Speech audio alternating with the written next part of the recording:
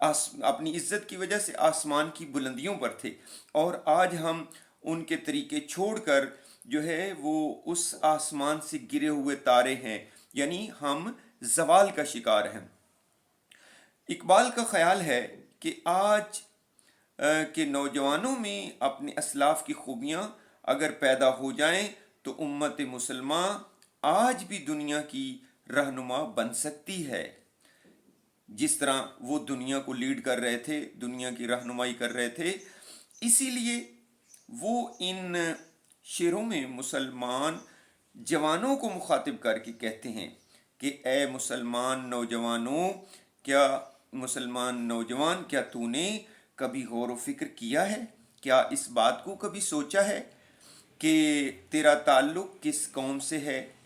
تیرے اسلاف یعنی تیرے باپ دادا، آبا و اجداد، بزرگ، اور تیرے آبا و اجداد کون تھے؟ تو کس آسمان سے ٹوٹا ہوا ایک ستارہ ہے، یعنی تو وہ بلندی پر تھے، اتنی عزت اور عظمت کے لحاظ سے وہ آسمان کی طرح بلند تھے، تو کس آسمان سے ٹوٹا ہوا ایک تارہ ہے، ستارہ ہے۔ میں تجھے بتاتا ہوں کہ تیرے باپ دادا کون تھے، تو کس عظیم قوم کا سپوت ہے، عظیم قوم کا فرزند ہے، عظیم قوم کا بیٹا ہے۔ تو تو اس قوم کا فرد ہے جس نے ایران کی مشہور بادشاہ دارا کا تخت الٹ دیا تھا، اسے شکست دی تھی، اور اسے شکست سے دوچار کیا تھا، اور اس کے تخت و تاج کو اپنے پاؤں کی ٹھوکروں سے گرا دیا تھا۔ تو کسی معمولی قوم کا فرد نہیں ہے، تو مسلم قوم سے تعلق رکھتا ہے جس نے ماضی میں تاریخ عالم کے صفحات پر عظیم الشان کارنامے رقم کیے ہیں۔ اس قوم کا یہ کارنامہ واقعی ایک عظیم اور غیر معمولی کارنامہ تھا کہ اس زمانے میں جب ایران کی شہنشاہیت کو دنیا میں ایک مرکزی حیثیت حاصل تھی، جس طرح آج کل امریکہ سپر پاور ہے، اس وقت اس زمانے میں ایران ایک سپر پاور تھا، تو مسلمانوں نے اس سپر پاور کو، اس زمانے کی سپر پاور کو شکست دی۔ مسلمانوں نے اس ملک کو فتح کیا اور یہاں اسلام کا نام بلند کیا، چونکہ اس وقت ایران کے لوگ مسلمان نہیں تھے، اسلام کے آنے سے پہلے پارسی مذہب تھا، لوگ آتش پرست تھے، آگ کی پوجا کرتے تھے۔ یہ لوگ عرب کے رہنے والے سیدھے سادے اور اونٹ پالنے والے لوگ تھے، تو یہ جنہوں نے ایران کو فتح کیا اور اسلام کا پرچم وہاں کر لے کر گئے، تو یہ وہ کہتا ہے کہ سیدھے سادے لوگ تھے، اونٹ پالنے والے تھے، صحرائے عرب کے باشندے تھے، عرب کے صحرائی ریگستان کے رہنے والے تھے، مگر انہوں نے دنیا کو تہذیب سکھائی۔ کیوں؟ کہ وہ حضور سرور کائنات سرکار دو عالم کے وہ سکول آف تھاٹ سے پڑھے ہوئے تھے، وہ ان کی تربیت سرکار دو عالم نے فرمائی تھی، تو اس لیے وہ کہتے ہیں انہوں نے دنیا کو تہذیب سکھائی، مل جل کر رہنے کا سلیقہ عطا کیا، دنیا کو حکومت کرنے کے انہوں نے طریقے بتائے، دنیا والوں پر ان کا یہ عظیم احسان تھا، ورنہ قبل از اسلام یعنی اسلام سے پہلے تو پوری دنیا جہالت کے اندھیروں میں گھری ہوئی تھی۔ انسانیت اور آدمیت کے نام سے انسان اور آدمی دونوں ہی ناآشنا تھے، یعنی لوگ جہالت کے شکار تھے، نہ انسانیت کا پتہ تھا، نہ آدمیت کا احساس تھا، تو کوئی قانون تھا نہ کوئی دستور، لوگ جانوروں کی زندگی بسر کرتے تھے۔ لیکن جب ظہور اسلام ہوا اور حضور سرور کائنات کے یہ مکتب سے تعلق رکھنے والے لوگ، یہ حضور سرکار دو عالم کے مکتب کے سیکھے ہوئے لوگ جب دنیا میں پھیلے تو انہوں نے دنیا کو مہذب بنایا، دنیا کو اصول سکھائے، دنیا کو حکومت کرنے کے طریقے سکھائے، دنیا کو سویلائزڈ بنایا۔ یہ ان عربوں ہی کا کارنامہ ہے کہ انہوں نے اسلام کی برکت سے پوری دنیا کو امن و امان کا گہوارہ بنا دیا،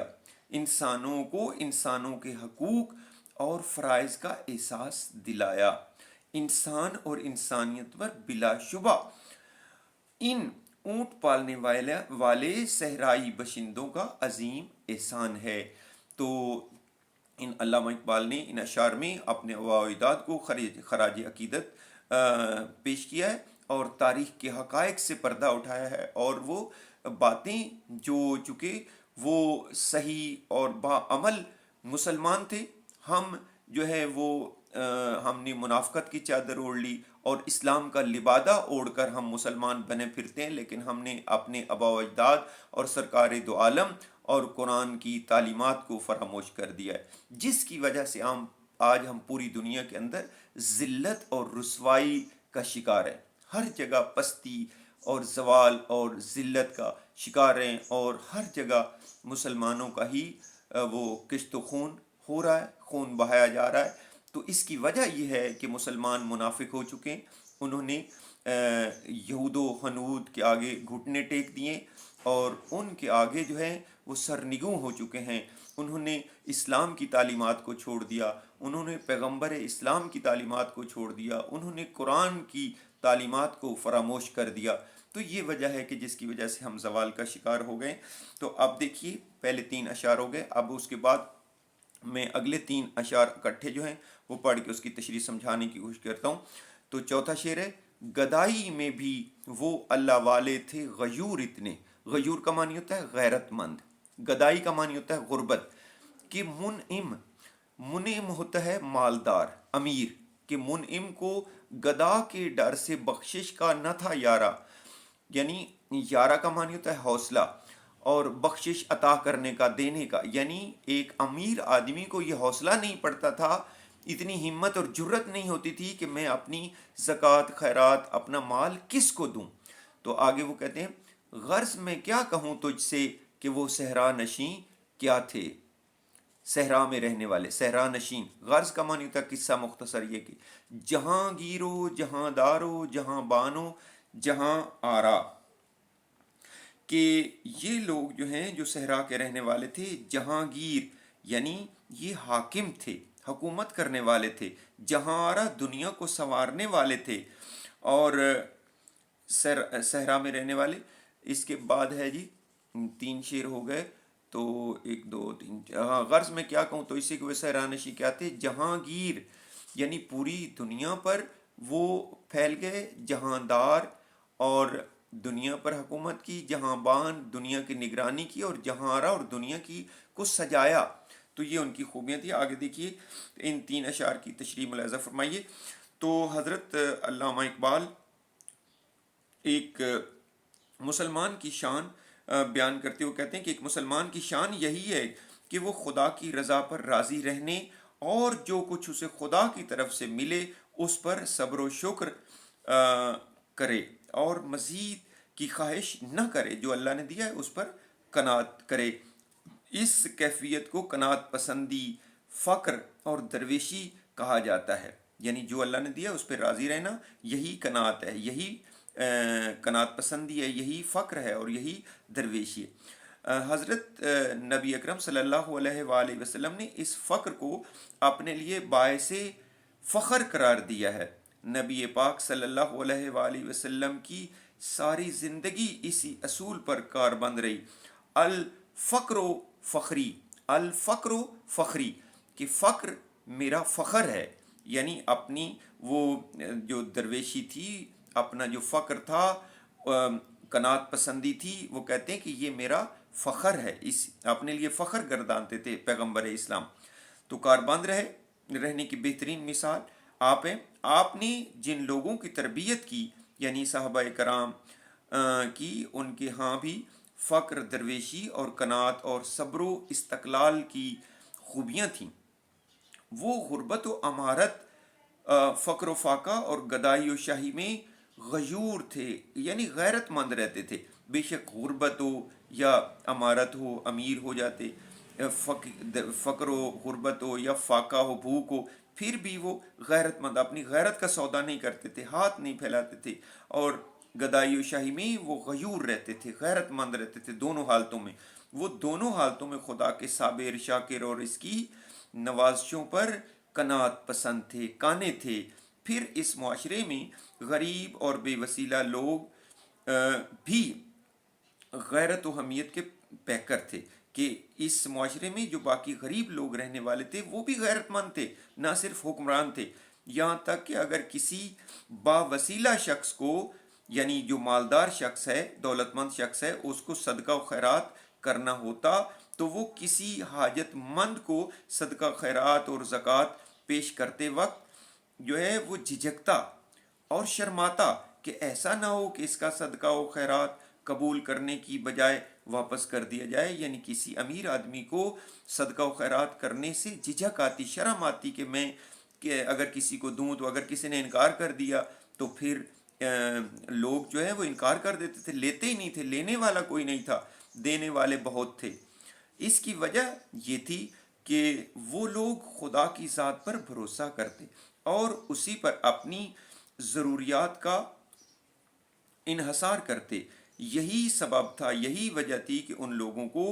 خدا نے سلطنت و حکومت جیسی نعمتیں عطا کیں. کیوں؟ کہ وہ بے نیاز تھے اور لالچی نہیں تھے. تو ہم چونکہ لالچی ہیں، ہمیں دنیا پرستی ہم پہ چھائی ہوئی ہے، اس لیے ہم ذلیل و خوار ہو رہے ہیں، در بدر کی ٹھوکریں کھا رہے ہیں. نہ صرف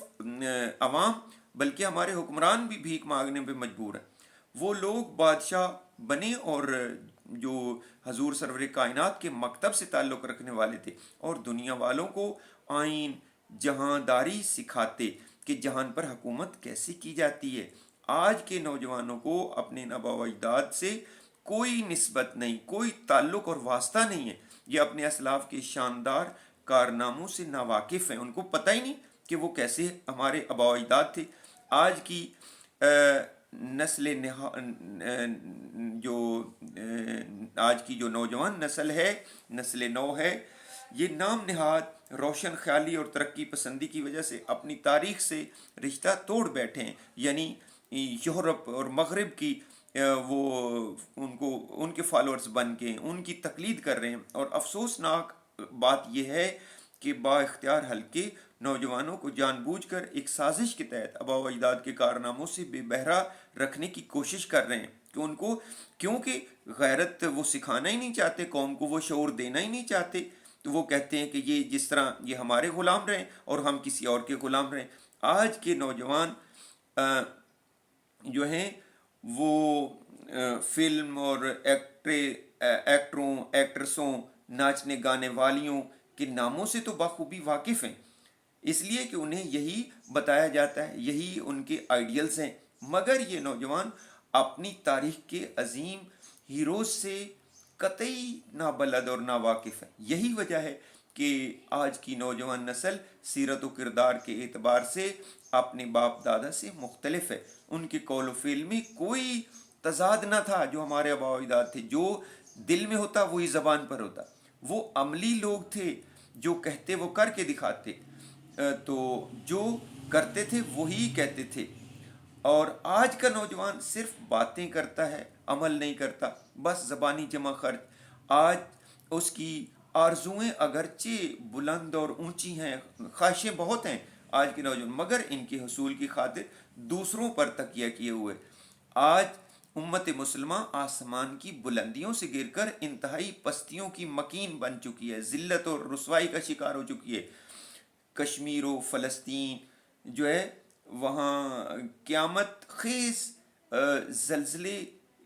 کے متاثرین کے لیے، اور یہ جو ہم نے فلسطین کا وہ دیکھی جنگ جس میں مسلمانوں کا خون ایک پانی کی طرح جو ہے وہ بہایا گیا، ہمیں یہودیوں اور ہندوؤں کی جو ہے پھر امداد بھی قبول ہے، ہم ان کی امداد بھی لیتے ہیں. اور اس طرح یہ مکافات عمل ہے کہ کبھی مسلمان پوری دنیا کا امام تھا مگر آج غیر مسلموں کا محتاج، مشہور، مقہور، قہر زدہ ہے اور مغلوب اور مغضوب ہے. تو اللہ تعالیٰ ہم پہ رحم فرمائے. آج کل مسلمانوں کی یہ حالت ہو چکی ہے. تو اس کے بعد آخری 4 شعر رہ گئے، تو دیکھیے ذرا. پہلے اشعار ملاحظہ فرمائیے. اگر چاہوں تو نقشہ کھینچ کر الفاظ میں رکھ دوں، اگر چاہوں تو نقشہ الفاظ میں کھینچ کر رکھ دوں، مگر تیرے تخیل سے فزوں تر ہے وہ نظارہ. تجھے آبا سے اپنے کوئی نسبت ہو نہیں سکتی کہ تو گفتار وہ کردار، تو ثابت وہ سیارہ، گنوا دی ہم نے جو اسلاف سے میراث پائی تھی، سریا سے زمیں پر آسمان نے ہم کو دے مارا، حکومت کا تو کیا رونا کہ وہ ایک عارضی شے تھی، نہیں دنیا کے آئین مسلم سے کوئی چارہ، مگر وہ علم کے موتی کتابیں اپنے آبا کی، جو دیکھیں ان کو یورپ میں تو دل ہوتا ہے سی پارا۔ اب دیکھیے اس میں آخری یہ 4-5 شعر میں نے اکٹھے کر دیے، بلکہ 1 2 3 4 5 6، ہاں 6 ہو گئے، 4 آخری رہ گئے۔ علامہ اقبال فرماتے ہیں کہ تجھے آبا سے، آبا ہوتا ہے اپنے آبا و اجداد سے، بزرگوں سے، یعنی صحابہ کرام سے، پیغمبر اسلام سے کوئی نسبت نہیں ہو سکتی کہ تو گفتار، کہ آج کا نوجوان تو صرف باتیں کرتا ہے، وہ کردار وہ عملی تھے، وہ عمل کر کے دکھاتے، کہ تو ثابت وہ سیارہ، تو ایک جگہ پہ بیٹھا رہتا ہے ثابت، ہاتھ پہ ہاتھ دھر کے محنت کوشش نہیں کرتا، وہ سیارہ وہ عمل میں لگے رہتے تھے، ستارے کی طرح، سیارے کی طرح گردش میں رہتے تھے۔ گنوا دی ہم نے جو اسلاف سے میراث پائی تھی، وہ کہتا ہے جو ہم نے بزرگوں سے عزت حاصل کی تھی وہ ہم نے اس کو کھو دیا ہے، ضائع کر دیا ہے، کہ سریا سے زمیں پر آسمان نے ہم کو دے مارا۔ سریا کہتے ہیں آسمان کی جو بلند ترین ستاروں کا ایک جھرمٹ ہوتا ہے، تو ہم آسمان کی بلندیوں سے زمین پر گرے، آسمان نے ہمیں گرا دیا وہاں سے۔ اس نے کہا کہ تمہارا یہاں کوئی مقام نہیں، تمہارا یہاں کوئی رول نہیں، کیوں کہ تم نے اپنے آبا و اجداد کے راستے کو، بزرگوں کے راستے کو چھوڑ دیا ہے، اس لیے تمہارا یہاں کوئی کام نہیں، بلندی پہ عزت والی جگہ پہ رہنا۔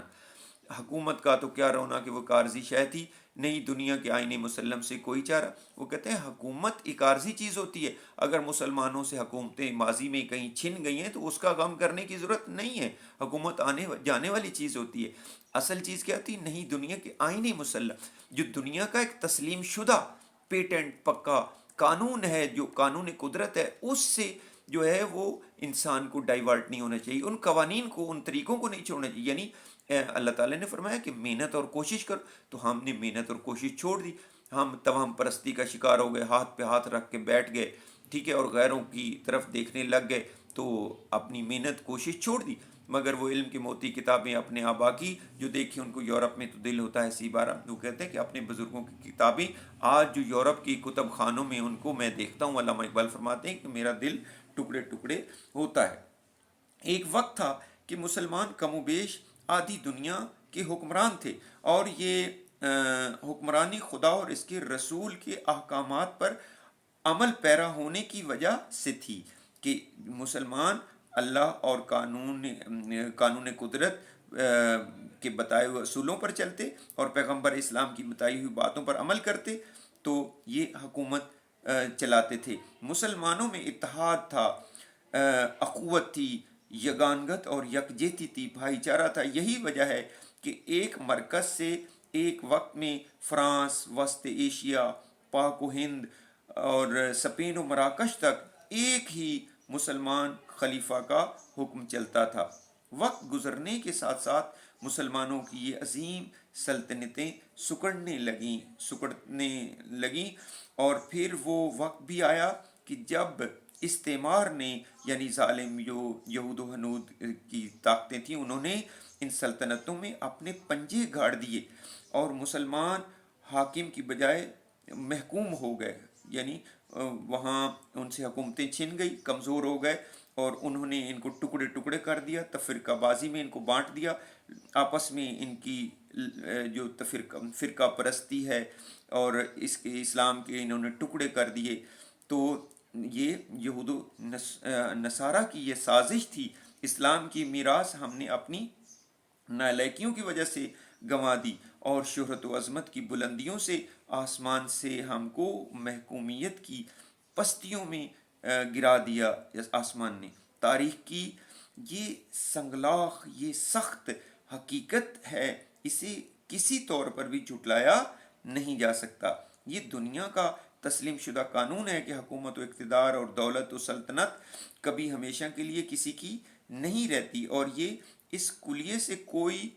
قوم، ملک یا تہذیب محفوظ نہیں ہے، حکومتیں آتی جاتی رہتی ہیں، حکومتیں چھن جاتی ہیں۔ اقبال لیکن کہنا یہ چاہتے ہیں، وہ فرماتے ہیں کہ ہمیں